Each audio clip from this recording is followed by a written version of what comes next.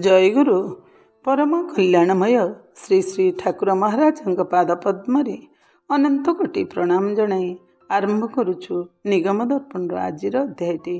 यही अध्याय गुड़ी को गभीर श्रद्धा एवं सम्मान सहित आगे नेउथिबा आमर समस्त प्रिय माँ भाई और श्रोताबंधु मानू जयगुरु प्रीति संभाषण सह अंतरभरा स्वागत जनाऊछु।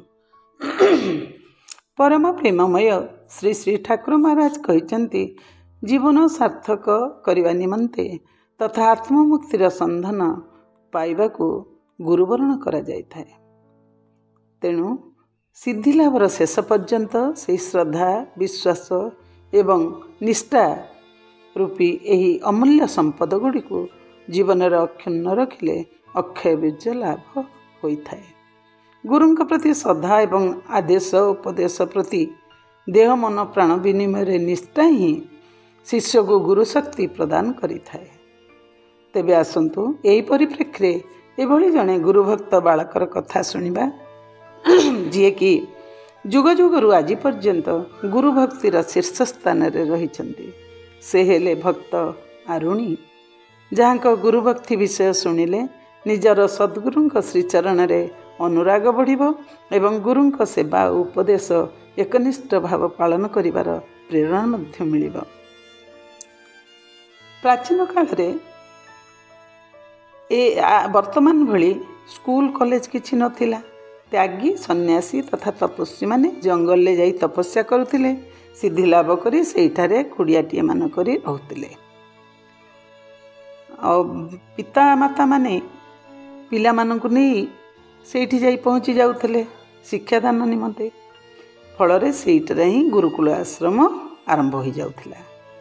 विद्यार्थी माने शिक्षा ग्रहण करुथिले। यही त्यागी तपस्वी मानक मध्य अयोधन नामक जड़े विद्वान तपस्वी जंगल ले रहुथिले। अयोधन बहुत परिश्रमी एवं भारी कर्मठ थिले, जो कि शिष्य मान को कठोर साधना एवं परिश्रम से कराउथिले। एणु तांका पाखरे बेसी शिष्य नथिले, मात्र 3 जन शिष्य रहुथिले।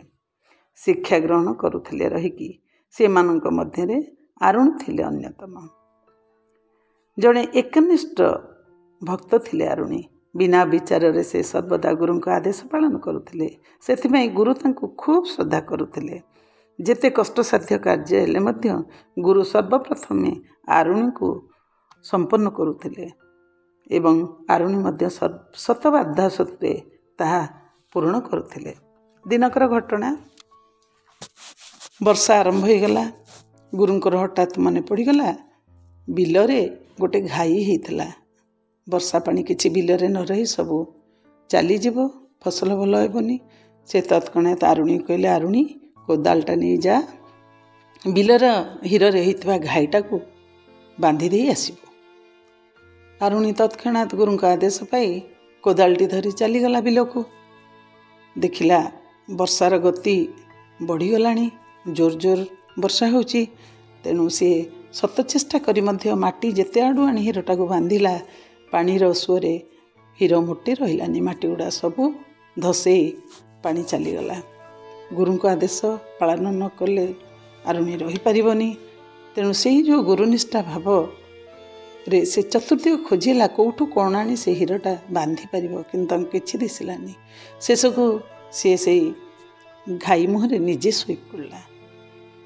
देखिला तापरे आउ पानी गलानी, पानी रहिला। सेमती घाई मुहरे शोई थाए, उठीगले पानी चली जीवो, सेई भरे उठु न थाए। एमती संध्या गला। सेपटे गुरु जेतबले आरुणी न देखिले तांकर मने नहीं सी पठेइचंती बोली। तेणु सी अन्य शिष्य 2 जन कहले, अरे आरुणी कोड़े गला? शिष्य 2 कहले, गुरुदेव आपण परा ताकू बिल मध्य थिबा घाईटी को बांधिबा को पठेइचंती, से जाइची। गुरुदेव कहले, कौन सेतबेलू जाइची, संध्या आलिलानी, से फेरीनी? शिष्य 2 कहले, नाई गुरुदेव से फेरीनी। सांगे सांगे गुरु शिष्य 2टी धरी चलिले बिल को।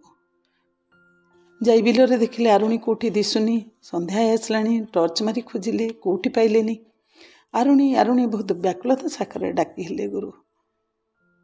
ଯେତେବେଳେ ଗୁରୁଙ୍କ ବ୍ୟାକୁଳ ଡାକ ଆରୁଣୀ କାନରେ ପଡ଼ିଲା, ସେ ସେଇଠି ଶୋଇକି ପାଟିକଲା, ଗୁରୁଦେବ ମୁଁ ଏଇଠି ଘାଇ ମୁହଁରେ ଶୋଇଛି। ଗୁରୁ ସଙ୍ଗେ ସଙ୍ଗେ ଘାଇ ମୁହଁକୁ ଯାଇ ପହଞ୍ଚିଗଲେ। ଗୁରୁଙ୍କୁ ଦେଖି ଆରୁଣୀ ଠିଆ ହୋଇ ପ୍ରଣାମଟେ କଲା। କହିଲା, କୌଣସି ଉପାୟରେ ଘାଇ ବନ୍ଦ ହେଲାନି ଗୁରୁଦେବ, ତେଣୁ ମୁଁ ଏଠି ଶୋଇକି ଘାଇଟା ବନ୍ଦ କରୁଛି। ଗୁରୁ ଆରୁଣୀର ଏ ଏକନିଷ୍ଠ ଭାବ ଦେଖି ତାଙ୍କ ଆଦେଶକୁ ଆରୁଣୀ ଏମିତି ପାଳନ କରିଛି ଦେଖି ଗୁରୁ ସ୍ତବ୍ଧ ହୋଇଗଲେ। କ'ଣ କହିବେ, ତାଙ୍କ ପାଟିରୁ କିଛି କଥା ବାହାରିଲାନି। ଖାଲି କରୁଣ ଦୃଷ୍ଟିରେ ଆରୁଣୀକୁ ଚାହିଁ କହିଲେ, ବାପାରେ ତୁ ମୋ ଆଜ୍ଞାକୁ ଯେମିତି ବିନା ବିଚାରରେ ନିଜର ଶରୀର ଜ୍ଞାନ ନ ରଖି ପାଳନ କଲୁ, ସେଥିପାଇଁ ମୁଁ ତୋ ଉପରେ ଅତି ପ୍ରସନ୍ନ ହେଲି। ତୋର କଲ୍ୟାଣୀ ହେଉ ଏବଂ ଏହି ଆଶୀର୍ବାଦ କରୁଛି, ତୁ ସମସ୍ତ ଧର୍ମଶାସ୍ତ୍ର ଓ ବେଦର ଜ୍ଞାନୀ ହ। ଉଦ୍ଦାଳକ ନାମରେ ତୁ ଚାରିଆଡ଼େ ପ୍ରସିଦ୍ଧି ଲାଭ କର। ସେଇଦିନଠୁ ଆରୁଣୀ ଉଦ୍ଦାଳକ ହୋଇଗଲେ। ଗୁରୁଙ୍କ ଆଦେଶକୁ ଶିରୋଧାର୍ଯ୍ୟ କରିଥିବାରୁ ଆରୁଣୀ ଆଜି ଋଷିଶ୍ରେଷ୍ଠ ଉଦ୍ଦାଳକ ହୋଇଗଲେ। ଏଭଳି ମହତ୍ତ୍ୱପୂର୍ଣ୍ଣ ବରଦାନ ଆଉ କ'ଣ ଥାଏ?